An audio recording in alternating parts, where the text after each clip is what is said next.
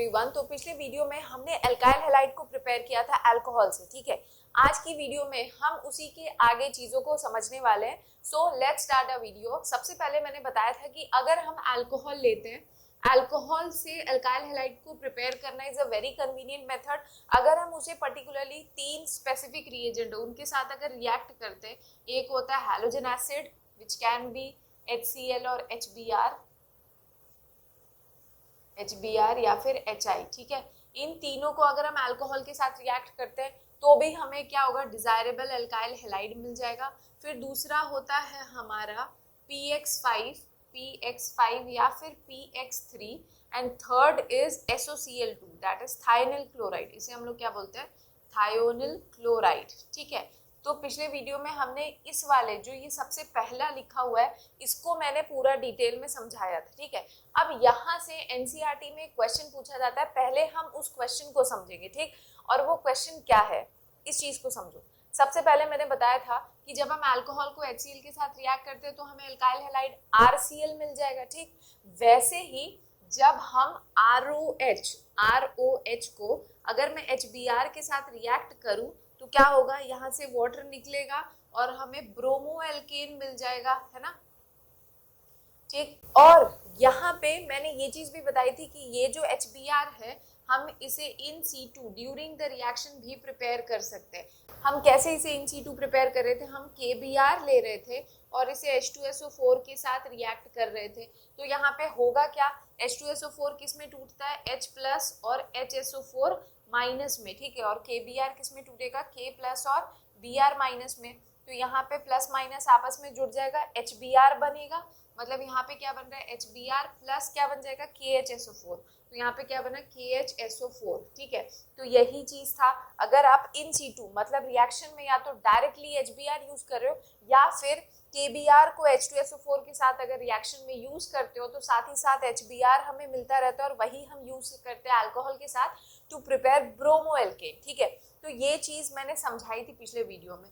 अब सेम चीज मैंने समझाया था कि अगर मुझे आइडो एल्केन बनाना है तो मुझे यहाँ पे क्या यूज करना होगा। For iodo alkane I have to use HI, ठीक है। तो आइडो एल्केन के लिए मुझे क्या यूज करना है, HI।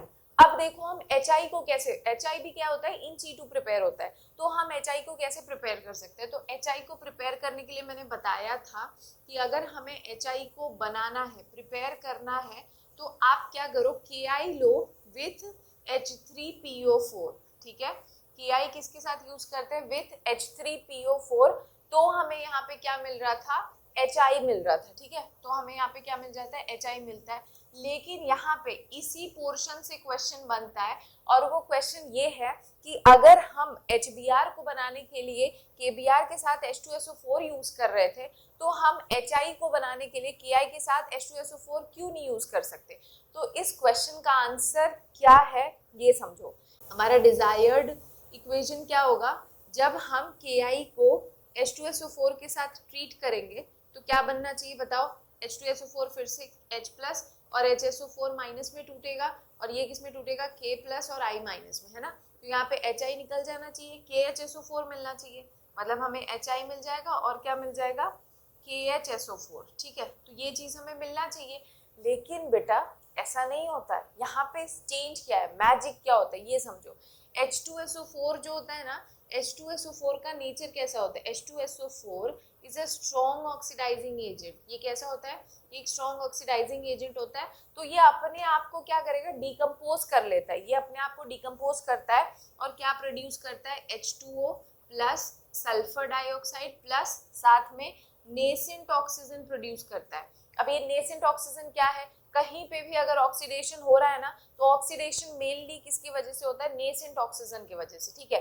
तो अब ये जो नेसेंट ऑक्सीजन होता है ये क्या करेगा, HI के साथ रिएक्शन करता है। ये किसके साथ रिएक्शन करेगा, HI के साथ। देखो ना मैंने बताया था ना कि अगर हम KI को H2SO4 के साथ यूज करेंगे तो HI बनेगा और KHSO4 बनेगा। तो होता क्या है, H2SO4 का नेचर ऑक्सीडाइजिंग है तो वो सल्फर डाइऑक्साइड, वाटर और नेसेंट ऑक्सीजन प्रोड्यूस करेगा। तो वो नेसेंट ऑक्सीजन HI के साथ रिएक्ट करता है। अब जब वो वहां पे रिएक्शन करेगा तो होगा क्या, समझो इस चीज को। हमने क्या लिया, HI, HI क्या करेगा, नेसेंट ऑक्सीजन इसके साथ रिएक्ट करता है और यहाँ पे क्या करता है, ये HI क्या होता है, it is a reducing agent. ये नेसेंट ऑक्सीजन यहाँ पे HI से आयोडीन गैस को इवॉल्व करवाता है और साथ में वाटर निकलता है।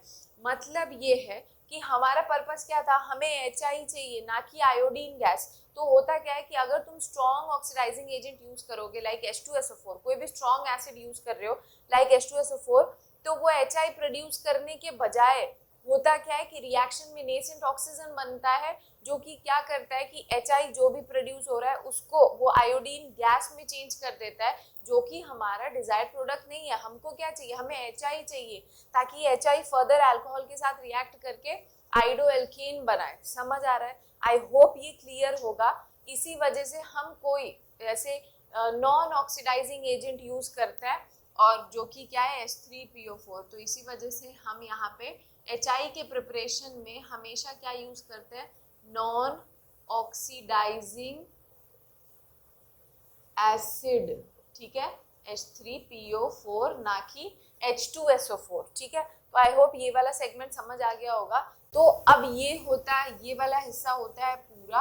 अब हमें क्या समझना है कि जब अल्कोहल ROH जो है, मान लो अगर PX3 और PX5 के साथ रिएक्ट करता है तो हम कैसे एल्काइल हैलाइड बना सकते हैं, ठीक है। तो तुम अगर छोटा सा एक कंसेप्ट समझोगे तो तुम्हें ये चीज याद करने में ज्यादा डिफिकल्टी नहीं होगी। वो क्या है कि मान लो मैंने PX5 है और PX3 है, तो इसके जगह मैंने यूज किया PCl5, ठीक है, क्योंकि PCl5 फिर भी एक ऐसा कंपाउंड है जिससे बच्चे फेमिलियर होते हैं।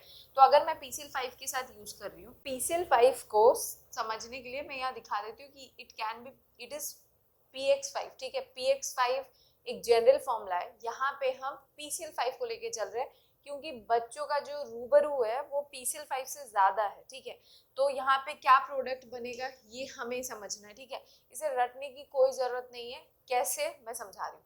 जैसे PCl5 का स्ट्रक्चर ना, हमेशा बच्चों को पता होगा कि इसका स्ट्रक्चर कुछ ऐसा होता है, ठीक है। इसके पास ऐसे 5 बॉन्ड्स होते हैं, Cl Cl Cl और यहाँ Cl लगे, ठीक है। ये जो एक ये ऊपर और बिलो द प्लेन जो ये 2 बॉन्ड्स दिख रहे हैं ना, इन्हें हम एक्सियल बॉन्ड्स कहते हैं, ठीक है। ये बॉन्ड्स कैसे होते हैं, एक्सियल। और ये जो बाकी के 3 हमें दिख रहे हैं जो सेम प्लेन में लाई करते हैं, इन्हें हम लोग क्या बोलते हैं, इक्विटोरियल बॉन्ड्स। तो लिख लेना, इन्हें क्या बोलते हैं हम, इक्विटोरियल बॉन्ड्स। तो कभी भी अगर PCl5 को हीट किया जाता है तो वो हमेशा क्या करता है, PCl5 को जब हम हीट करते हैं तो वो देता है PCl3 प्लस Cl2। तो इसका मतलब सबसे पहले कौन निकला, 2 क्लोरीन। तो वो 2 क्लोरीन कौन होते हैं जो सबसे पहले कुर्बानी देते हैं, तो वो कौन सी क्लोरीन होते हैं, एक्सियल बॉन्ड्स वाले क्लोरीन, ठीक है। ऐसा क्यों, क्योंकि एक्सियल बॉन्ड्स जो होते हैं वो थोड़ा वीकर बॉन्ड होता है। तो हमेशा अगर कुर्बानी देने की टाइम आए तो PCl5 में सबसे पहले ये 2 क्लोरीन निकलेंगे, उसके बाद ये तीनों का नंबर आता है, ठीक है। तो इसका मतलब whenever PCl5 is treated with alcohol, सबसे पहले हमें 2 क्लोरीन निकालना है। 2 क्लोरीन में से एक तो पता है ना कि इसे हटा दो और इसकी जगह Cl लगा दो, तो क्या बन जाएगा, RCl। अब क्या करेंगे कि एक H के साथ दूसरा वाला Cl लगा दो, ठीक है, तो क्या हो जाएगा HCl, ठीक। अब क्या बच गया इसमें क्या बच गया, इसमें हमें एक फास्फोरस बच गया, 3 क्लोरीन बच गया, यहाँ पे हमें एक ऑक्सीजन बच गया। आपस में तीनों को जरा कंबाइन करो, POCl3, तो यहाँ पे क्या बन गया, POCl3। तो ये हमारा जनरल फॉर्मूला है। मतलब कभी भी अगर तुम अल्कोहल को PCl5 के साथ ट्रीट करोगे तो तुम्हें पहले 2 क्लोरीन निकालने हैं। उन 2 क्लोरीन में से एक क्लोरीन तो अल्काइल ग्रुप के साथ लगा दो तो क्लोरोएल्केन बन जाएगा। दूसरा जो क्लोरीन है उसे हाइड्रोजन के साथ जोड़ दो, HCl बन जाएगा। एंड जो बाकी 3 बच गए और जो फास्फोरस है वो ऑक्सीजन के साथ कंबाइन करके POCl3 के फॉर्म में निकल जाएगा। समझ आया? तो this is the general reaction. I don't think कि इसमें कोई रटने की जरूरत है, ठीक है। तो ये हो गया। अब अगर सेम हम ROH को किसके साथ रिएक्ट करते हैं, PCl3 के साथ, ठीक है। तो PCl3 के साथ रिएक्शन क्या होता है, तो यहाँ समझो PCl3 का स्ट्रक्चर ना कुछ ऐसा होता है, ये इस पे लोन पेयर और इसके ये 3 क्लोरीन बॉन्ड्स होते हैं, ठीक है। तो क्योंकि यहाँ पे एक्सियल इक्विटोरियल का कोई कंसेप्ट ही नहीं है, तो यहाँ पे जो ये तीनों क्लोरीन है एक ही साथ निकलते हैं। तो अगर ये एक साथ निकलेंगे इसका मतलब एक साथ 3 क्लोरीन के मॉलिक्यूल्स निकल रहे हैं, तो तुम्हें अल्कोहल भी कितना लेना पड़ेगा, 3, ठीक है। तो इसका मतलब अगर यहाँ से 3 क्लोरीन निकल रहे हैं तो 3 एल्काइल ग्रुप के साथ जुड़ के क्या बना देंगे, 3 RCl। समझ आया? अब क्या बच गया हमारे पास, यहाँ पे हमारे पास 3 हाइड्रोजन है, 3 ऑक्सीजन है और 1 फॉस्फोरस है, ठीक है। तो ये एक साथ मिलके क्या बनाता है, H3PO3। तो यहाँ पे क्या बन जाता है, H3PO3। समझ आया? तो देखो ये कितना इजी वे में है, इस तरीके से हम क्या कर सकते हैं, इसे याद कर सकते हैं। समझ आ गया? तो आई होप अगर जनरल रिएक्शन याद है ना तो कोई भी रिएक्शन इजीली कर सकते हो। जैसे मैं एग्जांपल के तौर पे बताती हूँ, CH3CH2Cl है, अगर मुझे बोल दिया इसे PCl5 के साथ रिएक्ट करो या फिर बोल दे PCl3 के साथ रिएक्ट करो और इसका प्रोडक्ट बनाओ, जो मैंने बताया ना, तीनों क्लोरीन एक साथ निकाल दो, जब PCl3 के साथ बनेगा तो 3 मॉलिक्यूल बनेगा, CH3CH2Cl प्लस साथ में क्या बन जाएगा, H3PO3, ठीक है। और वही PCl5 के साथ रिएक्ट करेगा तो ये क्या बन जाएगा हमारा, CH3CH2, मैंने बताया एक Cl लग गया, एक Cl इसके साथ लग गया, फिर एक हाइड्रोजन क्या होगा, सॉरी यहाँ पे OH होगा, एक Cl इसके साथ लग गया, इनमें से 2 क्लोरीन निकलता है, एक क्लोरीन इसके साथ लग गया, एक H के साथ निकल जाएगा HCl के फॉर्म में, और बच गया क्या, POCl3, ये बन गया, ठीक है। तो इस तरीके से तुम्हें इसमें कुछ भी रटने की जरूरत नहीं है, ठीक है। तो अब हम आते हैं third preparation method, that is alcohol को जब हम थाइनिल क्लोराइड के साथ रिएक्ट करते हैं। तो कभी भी अगर हम अल्कोहल को ROH को थाइनिल क्लोराइड SOCl2 के साथ रिएक्ट करते हैं ना बेटा, तो हमेशा याद रखना। तो इसका स्ट्रक्चर कैसे बनेगा, देखो SOCl2 को ना S डबल बॉन्ड OCl ऐसे भी बना सकते हो तुम, जैसे कि हमने यहाँ पे बना दिया S डबल बॉन्ड OCl, ठीक है।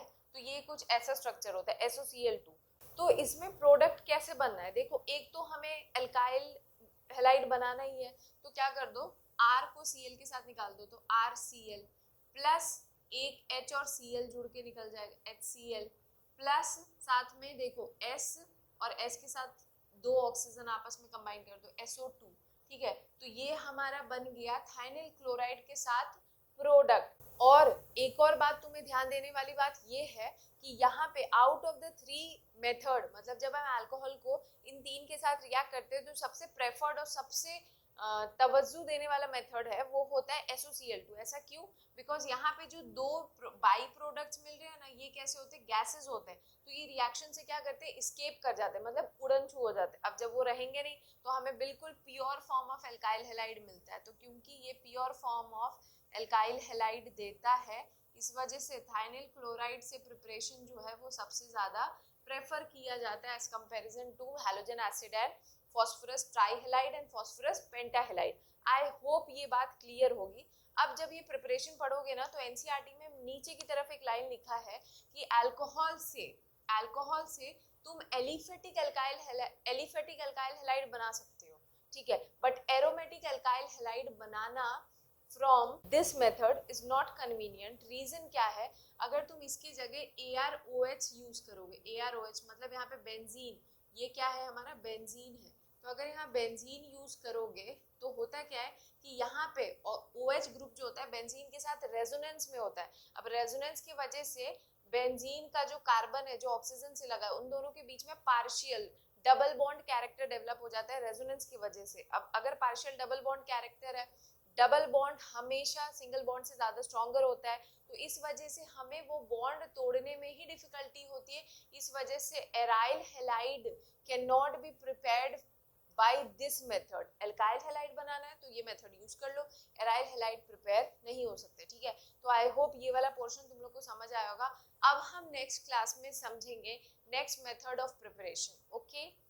तो तब तक अगर वीडियो अच्छा लगे then do share it with your friends. अगर कोई क्वेश्चन हो तो कमेंट सेक्शन में पूछो। Thank you and bye.